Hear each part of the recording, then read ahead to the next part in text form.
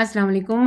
حج کے 5 دن مشاعر میں آپ کو خادمین کیوں نظر نہیں آتے؟ یاد رکھیے گا، یہ بہت اہم سوال ہے۔ بہت سے لوگ پوچھتے ہیں کہ ہم کو 40 دن کے اندر ہر راستے پر ہمیں خادمین نظر آتے ہیں، چاہے وہ انڈین ہو، چاہے پاکستانی، چاہے بنگلہ دیشی۔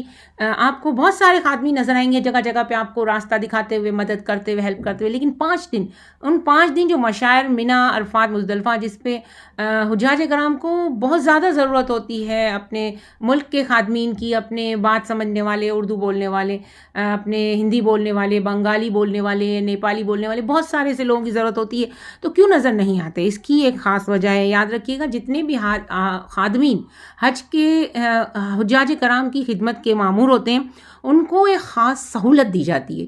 ان کو 40 دن کے لیے وہاں بلایا جاتا ہے، اور پھر اس کے بعد ان کو 5 دن کی سہولت دی جاتی ہے کہ آپ بھی حج کر لیں، کیونکہ وہ بھی مسلمان ہیں۔ وہ حجاج کرام کی خدمت کے لیے تو حاضر ہوئے ہیں۔ حجاج کرام کی خدمت تو وہ کتنے دنوں تک کرتے ہیں، مدینے میں کرتے ہیں، مکے میں کرتے ہیں، ہر جگہ پہ وہ خدمت کرتے ہیں، لیکن وہ 5 دن ان کا بھی رائٹ بنتا ہے۔ تو سعودی حکومت ان کو، چاہے کسی بھی ملک کے جو خادمین ہوتے ہیں، ان سب کو یہ سہولت دیتی ہے کہ آپ 5 دن آپ بھی احرام باندھیں اور آپ بھی حج میں مشغول ہو جائیں۔ لہٰذا ان کی ڈیوٹی آف ہوتی ہے۔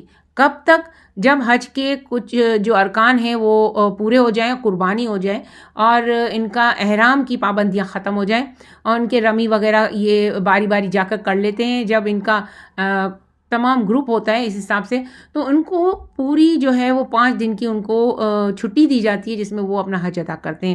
لہٰذا وہ خود احرام میں ہوتے ہیں، تو آپ کو کیسے نظر آئیں گے کہ وہ لوگ جو ہے وہ احرام میں ہیں؟ تو آپ لوگ ان کو کیسے پہچان سکیں گے وہ آپ کے ملک کے خادمین ہیں؟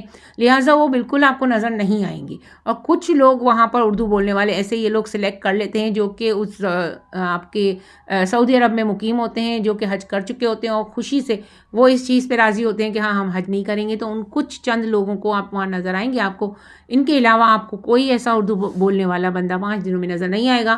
اور یہ ذمہ داری پوری سعودی حکومت کی ہے، اور سعودی حکومت ہی پورا ذمہ اٹھاتی ہے کہ ان 5 دنوں میں تمام حجاج کرام کی خدمت پہ سعودی لوگوں کو وہ مقیم کرتی ہے، اور سعودی لوگوں کو وہ قائم رکھتی ہے۔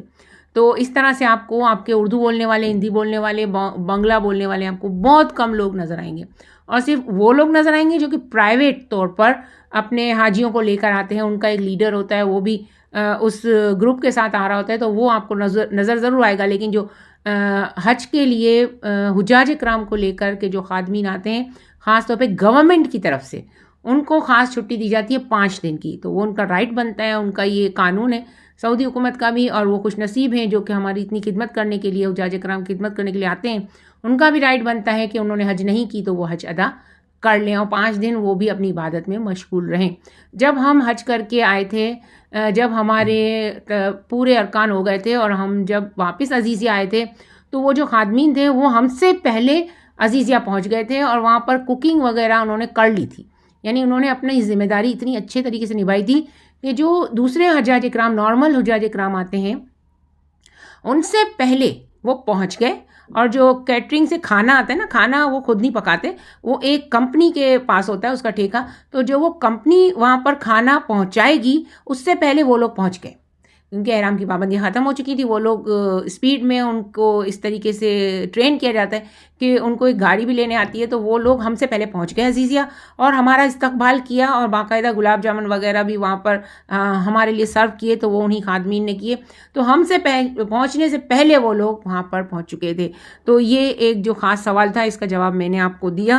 تو خادمین آپ کو 5 دنوں میں نظر نہیں آئیں گے، لہٰذا آپ لوگوں کو اپنے گروپ کو چھوڑ کر ان 5 دنوں میں کہیں بھی نہیں جانا۔ بعض لوگ یہ پوچھتے ہیں کہ بھائی آپ ہم عرفات والے دن جو ہیں خیمہ چھوڑ کر مسجد نمرہ میں جانا چاہتے ہیں۔ ہرگز یہ غلطی نہ کیجیے گا۔ مسجد نمرہ میں اتنا جمع غفیر ہوتا ہے، اور مسجد نمرہ کا ایک حصہ عرفات کی حدود سے باہر ہے۔ آپ لوگ یہ بھی یاد رکھیے گا، مسجد نمرہ پہنچنے کے چکر میں عرفات کی حدود سے باہر نکل جائیں گے تو آپ کا حج ہی ادا نہ ہوگا، کیونکہ وہ دن آپ کو حج کا جو دن ہوتا ہے یوم عرفات کا، تو وہ آپ کو عرفات کے میدان میں ہی گزارنا ہے، اور مسجد نمرہ کا کچھ حصہ عرفات کے میدان کے حدود سے باہر ہے۔ لہٰذا آپ اپنا خیمہ چھوڑ کر عرفات کے میدان میں ہرگز آپ کو مسجد نمرہ جانا نہیں چاہیے۔ میرا آپ کو یہی مشورہ ہے، ادروائز آپ کی اپنی مرضی ہے کہ آپ کیا چاہتے ہیں۔ آپ سے کوئی غلطی سرزد ہو گئی اور اگر آپ کو کوئی اردو آپ کو بولنے والا نہ ملا اور آپ اپنا خیمہ ہی بھول گئے تو آپ پوری حج جو ہے وہ در بدر ہی گزاریں گے، اور پھر آپ اپنے رشتہ داروں سے اگر آپ اپنی والدہ کے ساتھ گئے تو نہ مل پائیں گے، اگر آپ اپنے بیوی بچوں کے ساتھ گئے تو نہ مل پائیں گے۔ تو اس طرح سے مرد حضرات کو بھی چاہیے کہ اپنی فیملی کو چھوڑ کر، اپنے خیمے کو چھوڑ کر ہرگز کہیں بھی نہ جائیں، اور ہر جگہ پہ گروپ کی شکل میں جائیں، چاہے وہ رمی ہو، چاہے وہ مزدلفہ ہو، چاہے عرفات ہو، چاہے منی ہو۔ اب کہیں بھی جا رہے ہوں ایک گروپ بنا کر اپنے ہی گروپ کے ساتھ چلیں تاکہ کوئی بھی راستہ نہ بھولے، اور اگر بھول بھی جائیں تو تمام گروپ ساتھ ہو تو آپ کو سکون ملے گا، آپ کو ایسا خوف بھی نہیں آئے گا کہ ہم کہاں چلے گئے، اور ایک ڈر ہوتا ہے کہ ہمارے ساتھ کیا ہو جائے گا، تو وہ بھی آپ کو نہیں رہے گا۔ ریاض الجنہ میں جب آپ جائیں تو میرا نام لے کر کے دعا کیجیے گا۔ میرا نام نبیلہ مناف ہے۔ بہت بہت شکریہ ویڈیو دیکھنے کا۔ اللہ نگہبان۔